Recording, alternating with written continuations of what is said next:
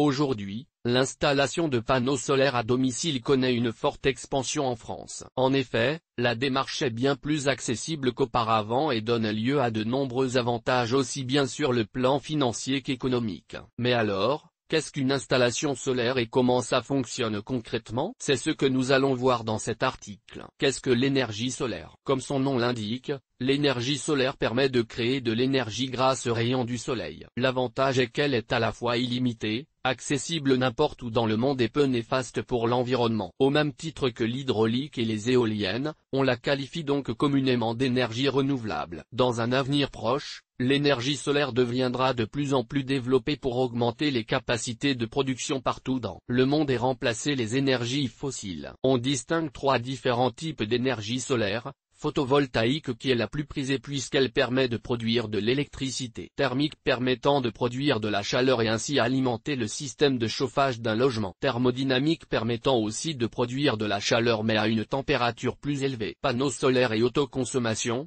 Ce qu'il faut savoir, quand on installe des panneaux solaires sur sa maison dans le but de consommer sa propre électricité, on fait un pas vers l'autoconsommation. Deux options sont ainsi envisageables, l'autoconsommation intégrale et l'autoconsommation partielle. L'autoconsommation intégrale. Dans le cas d'une autoconsommation intégrale, le logement est approvisionné exclusivement via l'énergie produite par les panneaux solaires. Cette option est toutefois assez rarement choisie par les particuliers car l'installation est plus coûteuse et moins facile à mettre en place. C'est pourquoi la plupart des gens optent pour l'autoconsommation partielle. L'autoconsommation partielle ici, vous serez toujours relié au réseau public tout en consommant au maximum l'énergie produite par les panneaux. Vous aurez donc encore des factures à payer auprès de votre fournisseur d'énergie, mais les montants seront bien moins élevés. On estime qu'il est possible de faire jusqu'à 45% d'économie sur ces factures via l'autoconsommation solaire partielle, ce qui est déjà énorme. De plus, dans ce cas de figure il sera possible de revendre le surplus d'énergie à un fournisseur et également de bénéficier d'une prime à l'autoconsommation, ce qui permet de faire davantage de profit et obtenir un retour sur investissement bien plus rapide. Si vous souhaitez compléter la production de vos panneaux photovoltaïques par la signature d'un contrat avec un fournisseur, n'hésitez pas à utiliser un comparateur d'électricité et gaz. Cela vous permettra de trouver l'offre la plus adaptée à vos besoins. De quoi est composée une installation photovoltaïque? Plusieurs éléments composent une installation photovoltaïque. Il y a les panneaux bien sûr, mais également l'onduleur et potentiellement une batterie pour stocker le surplus d'énergie. Voyons cela de plus près.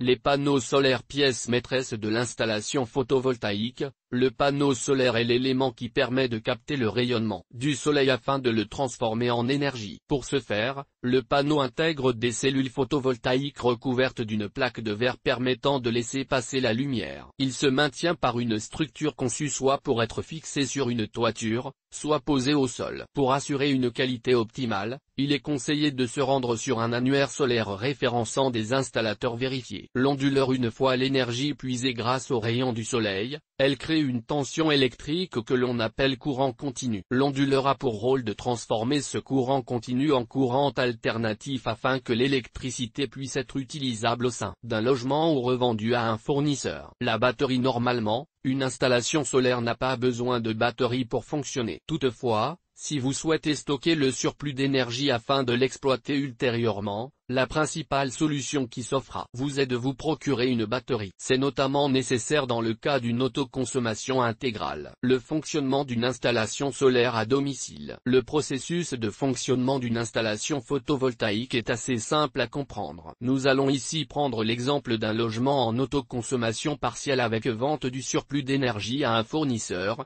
car c'est le cas de figure le plus répandu. Dans un premier temps, les panneaux solaires, en général posés sur le toit, envoient l'énergie produite vers l'onduleur. Le courant est maintenant prêt à être exploité, il se redirige ensuite vers le tableau électrique. Ce dernier fait office d'intermédiaire entre le compteur et l'installation électrique du logement. La plupart de l'énergie est ainsi directement injectée dans le circuit électrique, alors que le surplus passe par le compteur pour être acheminé vers le réseau public. L'électricité provenant du réseau public pourra quant à elle continuer de faire son chemin vers le logement afin de l'alimenter en énergie lorsque le niveau d'ensoleillement n'est pas suffisant. Pour vous aider à visualiser tout ça, voici un schéma explicatif.